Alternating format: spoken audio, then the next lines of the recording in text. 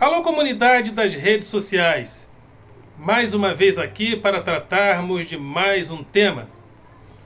Mas antes de entrarmos no tema de hoje, gostaria de convidar você mais uma vez a se inscrever no nosso canal, a dar o seu like, a fazer o teu comentário e a compartilhar nosso material com outras pessoas.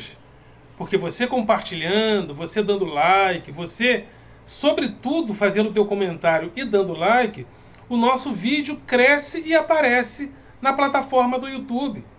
Então nós já estamos aí com quase 1.070 inscritos e também muita gente, veja, temos vídeos, os últimos vídeos têm sido assim avassalador, são mais de 1.000 pessoas, 1.200, 1.300 pessoas assistindo a cada vídeo. Se cada um de vocês der um like e fizer um comentário, isso faz com que o nosso vídeo cresça na plataforma do YouTube, porque nós temos um objetivo.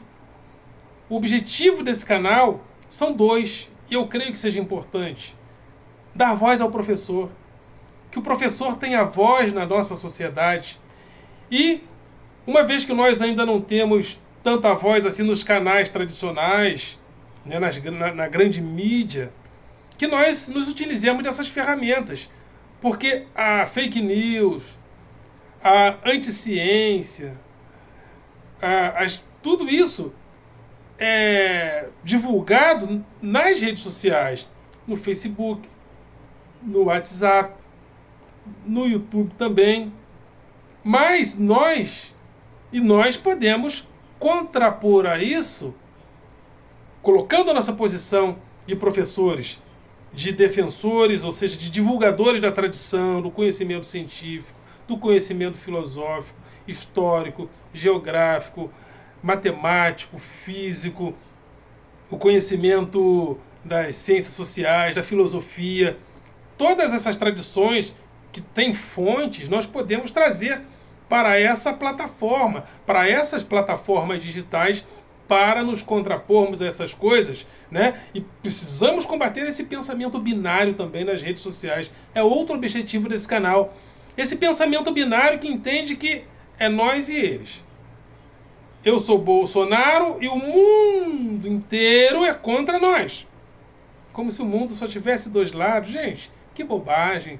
Como se o mundo ainda estivesse antes do fim da Guerra Fria, em uma luta entre comunistas e capitalistas. Gente, acorda para a vida. Então, esse pensamento binário do nós e eles, que o Lula fez, que os bolsomínios fazem, isso é piegas, isso é demodê. O mundo não está dividido em dois lados. Existem muitas vozes em meio à multidão. E nós, professores, representamos essa multidão que passa pela escola pública. E se nós, professores, tivermos voz na sociedade, essa grande multidão que passa pela escola também terá voz. Porque nós passamos por uma iniciação onde nós podemos falar em nome da escola, também em nome dessa multidão. Então, é isso aí. E esse canal também eu tenho também o meu grupo de Facebook, Filosofia com Eldon Rosa Masson sempre com 2 S e tudo junto. E também tem o meu blog, rosamasson.blogspot.com. Esse é o endereço, rosamasson.blogspot.com. O tema de hoje é: qual é o problema? Qual é o problema? No Rio nós temos uma gíria: o que está pegando? Qual é o problema? E quando nós fazemos a pergunta qual é o problema, nós fazemos porque somos influenciados pela cultura ocidental também, é claro, as outras nos influenciam, mas a cultura ocidental, segundo Heidegger, na sua obra Conferências e Escritos Filosóficos, quando nós fazemos a pergunta pelas coisas, nós fazemos a partir de uma tradição, que é a tradição do Tiestin. Tiestin significa o que é isso ou o que é isto em si mesmo. Quando nós fazemos a pergunta sobre o que é isso ou o que é isto em si mesmo, nós estamos dentro de uma tradição grega, onde o homem historial grego, usando uma terminologia heideggeriana, o homem historial grego, ao perguntar pelas coisas, já não perguntavam pela tradição, como faziam os judeus, os japoneses, os chineses e até os nativos que chegavam aqui no Brasil através da escravidão. A tradição mais nativa pergunta pelas coisas, sempre perguntando aos pais. Quem é Deus? Pergunta a Abraão, Isaac e Jacó. Né? Então, mas nós não, nós perguntamos o que é Deus em si mesmo, o que é Deus na sua essência. Isso é uma iniciativa da linguagem dos gregos que nos influenciou culturalmente. E quando nós perguntamos pelas coisas, nós perguntamos pelas coisas em si mesmo. O que é a lei em si mesma? O que é a natureza em si mesma? O que é a justiça em si mesma? O que é Deus em si mesmo? É uma tradição que nós trouxemos dos gregos. Só que quando nós perguntamos pelas coisas, nós perguntamos a partir de lugares diferenciados. Eu vou usar 3 fontes dessa pergunta: a imprensa, a política e a filosofia. Tem muitos outros lugares a partir dos quais nós perguntamos pelas coisas, né? Perguntamos pela justiça, através do direito, mas através da imprensa nós perguntamos pelas coisas a partir da tentativa de compreender os fatos. O que é que está acontecendo ou o que aconteceu? Mas, às vezes, quando nós perguntamos pelos fatos, nós acabamos nos esquecendo das coisas que sobrevoam os fatos. Por isso que eu costumo dizer que o jornalista procura os fatos, o filósofo procura sobrevoar os fatos. Porque os fatos trazidos pela imprensa, eles passam também por uma mediação das empresas de comunicação que têm seus interesses. Então, às vezes, não é que a imprensa está mentindo, é que, às vezes, de acordo com os interesses, inclusive mercadológicos, alguns temas aparecem mais, são colocados com mais evidência, e outros não. Então, às vezes, os fatos são colocados, mas a interpretação dos fatos e a edição dos fatos depende muito das circunstâncias da ocorrência desses fatos. Mas a imprensa tem ela pergunta pelas coisas a partir dos fatos. A política pergunta pelas coisas, segundo Nicolau Maquiavel, o político interage a partir da virtus e da fortuna. A virtus é quando o político tem a capacidade de interagir com os acontecimentos e buscar as melhores oportunidades para agir. Aí ele age de acordo com a virtus, ou seja, virtus tem o mesmo radical de virtude. Mas existe também a fortuna. A fortuna é o acontecimento que sobrevém sobre o político, sobre o ambiente político. E o político, diante da fortuna, diante da sorte ou do azar, ele procura aplicar a virtus, ou seja, a virtus diante da fortuna, da sorte ou do azar que se apresenta. Mas a filosofia, ela é a tradição do ser por excelência.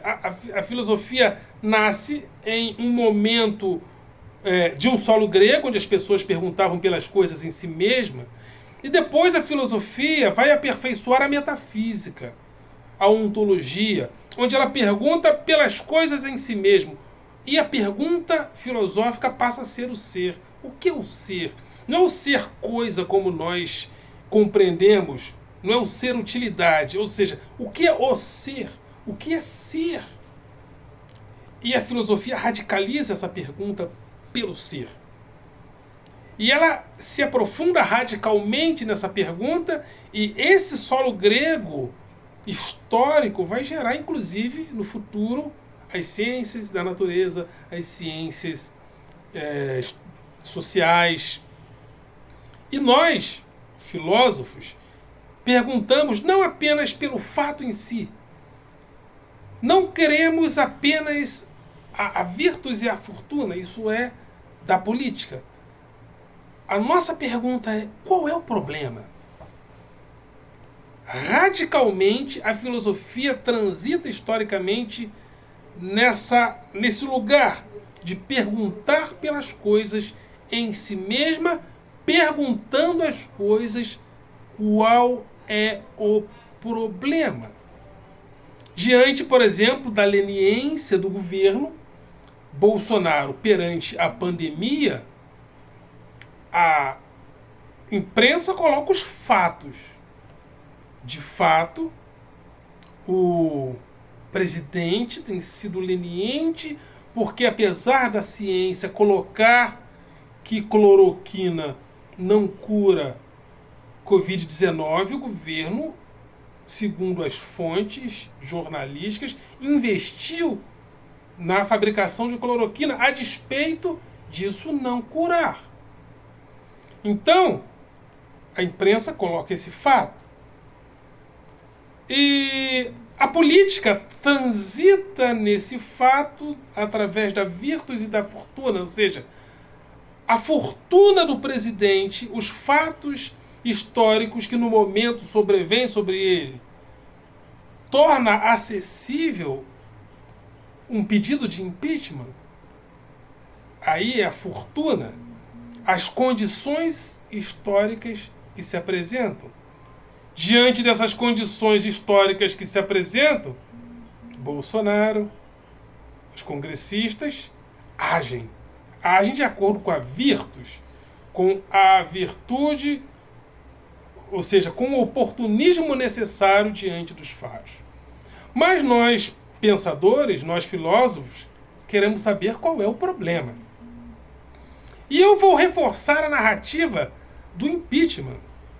Porque qual é o problema do governo Bolsonaro? O problema do governo Bolsonaro, por excelência, é que ele é um governo leniente diante das mortes que estão sobrevindo sobre o povo brasileiro perante a Covid-19. Então, Bolsonaro moralmente é um assassino, Bolsonaro moralmente e eticamente é um genocida, e nós estamos fazendo um movimento para que ele responda por esses crimes lá no Tribunal de Haia. Porque para uma parte da narrativa filosófica, e eu estou dentro dela, é que o problema é que Bolsonaro é um problema sanitário.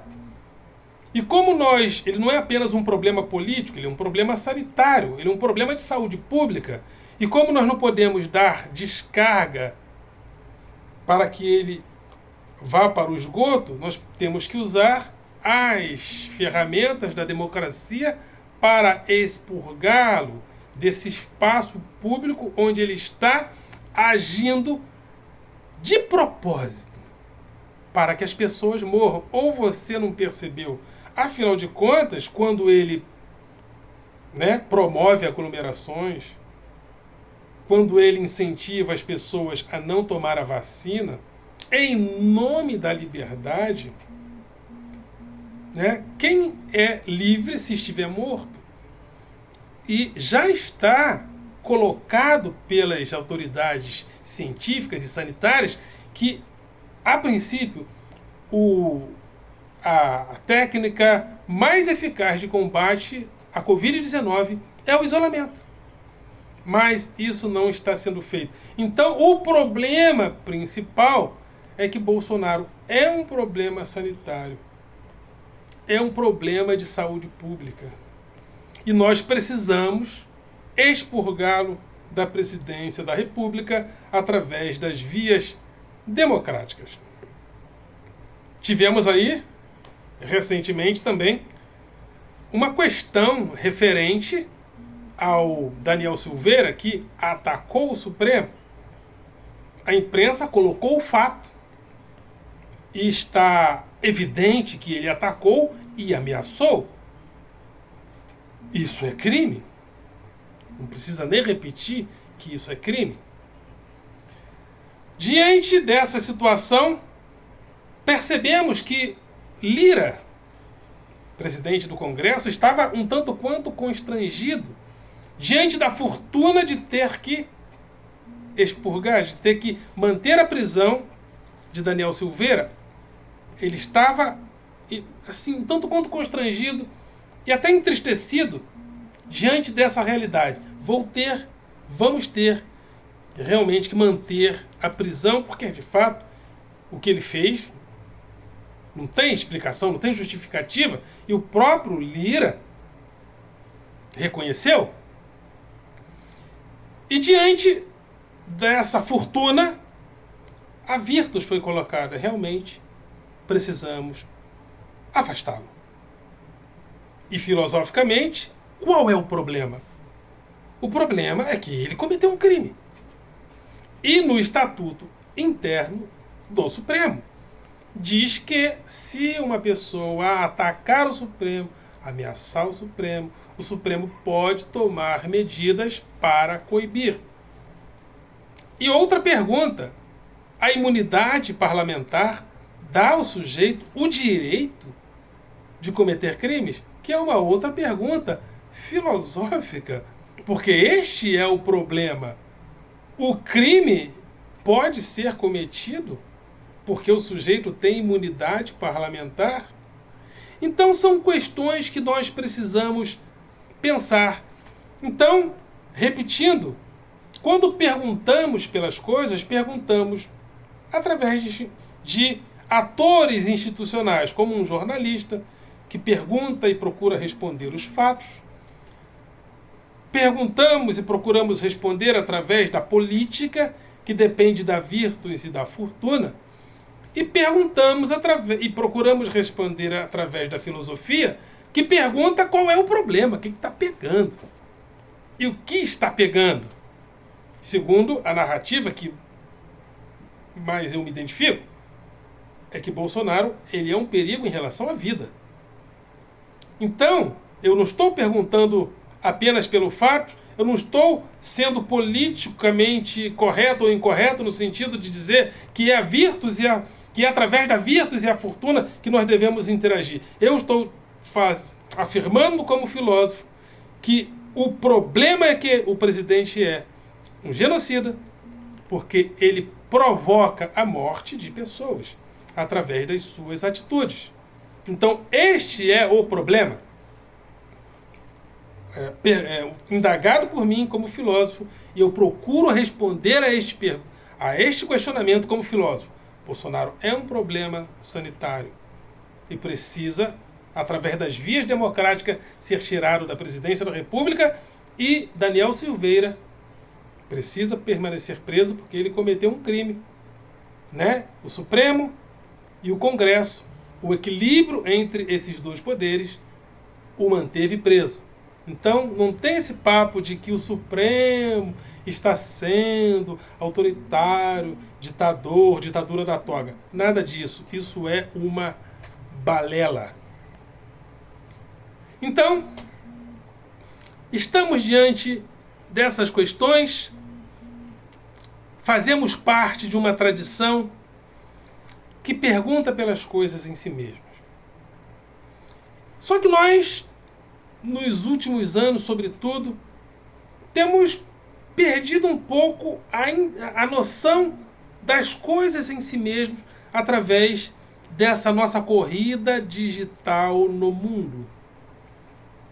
Porque as coisas passam por nós e participamos dela em tal velocidade que nós nos esquecemos das coisas no momento onde elas acontecem. É o que eu chamo carinhosamente de esquecimento simultâneo. E é nesse lugar que os políticos bolsonaristas investem. Eles investem no esquecimento simultâneo das pessoas. Eles dizem: não houve ditadura. Houve democracia de regime militar.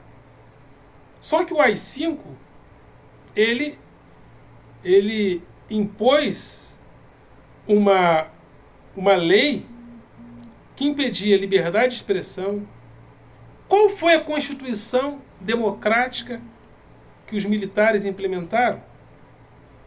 Se a Constituição que estava vigente, que era democrática, foi tirada. Porque nós somos uma tradição constitucionalista, só há democracia se houver uma Constituição democrática.